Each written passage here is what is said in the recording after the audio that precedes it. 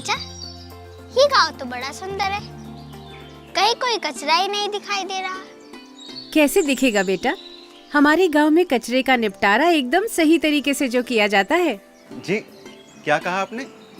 भला वो कैसे?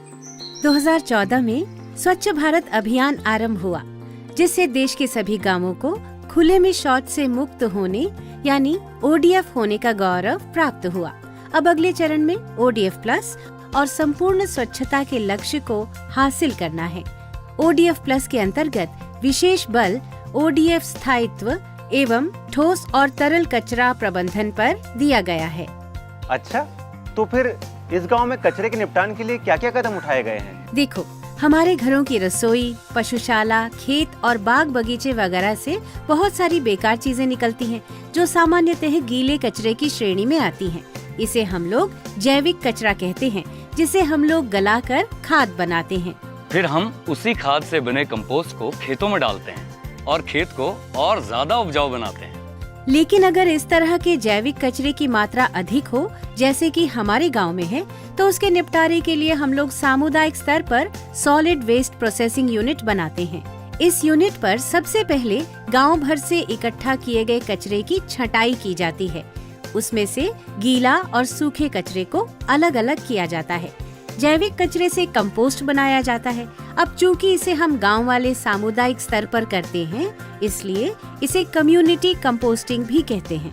वैसे कम्युनिटी कंपोस्टिंग उन गांवों में भी की जाती है जहां पर हर एक घर से कचरा इकट्ठा किया जा सकता है।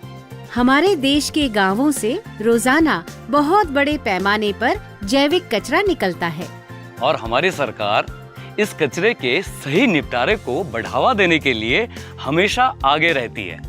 सरकार के साथ साथ हम लोगों को भी अपने घरों में जैविक कचरे के प्रबंधन को बढ़ावा देना चाहिए। अपने घरों पर? वो कैसे? ग्रामीण भारत में पारिवारिक स्तर पर हम कंपोस्टिंग करने के लिए कई तरीकों को अपना सकते हैं, जैसे पिट कंपोस्टिंग, पॉट कंपोस्टिंग और वर्मी कंपोस्टिंग। पिट कंपोस्टिंग ये घर के पास एक खाली जगह पर गड्ढा खोदकर किया जाता है। पॉट कंपोस्टिंग, इसे भी हम अपने घरों में कम लागत में आसानी से कर सकते हैं। और वर्मी कंपोस्टिंग, इसे भी आसानी से किया जा सकता है। अब जहाँ तक सामुदायिक स्तर पर जैविक कचरे के निपटारे की बात है, वहाँ पर हम पाइल कंपोस्टिंग का तरीका अपनाते हैं या फिर रोटरी ड्रम कंपोस्टिंग की राह चुनते हैं। इसके अलावा नाडेप कंपोस्टिंग भी एक बेहतरीन उपाय है। इन सभी विकल्पों का एक ही मकसद है कि अपनी जरूरत और सहूलियत के अनुसार जैविक कचरे का अनुकूलन करते हुए उसका निपटारा किया जाए। वैसे जैविक कचरे के सही निपटान से और भी कई फायदे हैं। इससे हम ग्रामीणों का स्वास्थ्य भी बेहतर रहता है, क्योंकि इसके उचित निपटारे से जल और वेक्टर जनित बीमारियां जैसे दस्त, मलेरिया, डेंगू, हैजा और टाइफाइड के मामलों में बहुत कमी आती है। और इतना ही नहीं, पर्यावरण प्रदूषण और ग्लोबल वार्मिंग में भी कमी आती है। स्वच्छ भारत मिशन ग्रामीण ने देश के सभी राज्यों के गांवों में बायोडिग्रेडेबल वेस्ट यानी जैविक कचरे के निपटारे के लिए कई कदम उठाए हैं। कचरे का सही तरीके से निपटारा हो, इसके लिए जरूरी है कि हम सही विकल्प को चुनें। साथ ही कूड़ेदान का प्रयोग करें। ठोस और गीले कचरे को अलग अलग करने की आदत डालें।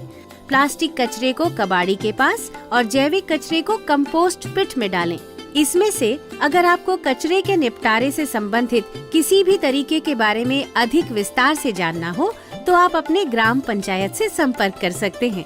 फिर तो चाचा जी, हमें भी अपने गांव में ये आदतें अपनानी चाहिए। बिल्कुल पिंकी, गांव लौटकर हम आज से ही अपने घर और गांव से निकले हुए कचरे में से गीले और सूखे कचरे की छँटाई करेंगे और जैविक कचरे से कंपोस्ट बनाएंगे। हमारे इन तरीकों से ग्रामीण भारत में वेस्ट टू वेल्थ की यात्रा पूरी हो रही है। हमें घरेलू कचरे के निपटारे की आदत को भी बनाए रखना है। इसके प्रति जागरूकता को हमें जन आंदोलन का रूप देना है, क्योंकि भारत स्वच्छ होगा तभी तो स्वस्थ और आत्मनिर्भर बनेगा। हम सब मिलकर करेंगे स्वच्छ भारत का निर्माण। हाँ।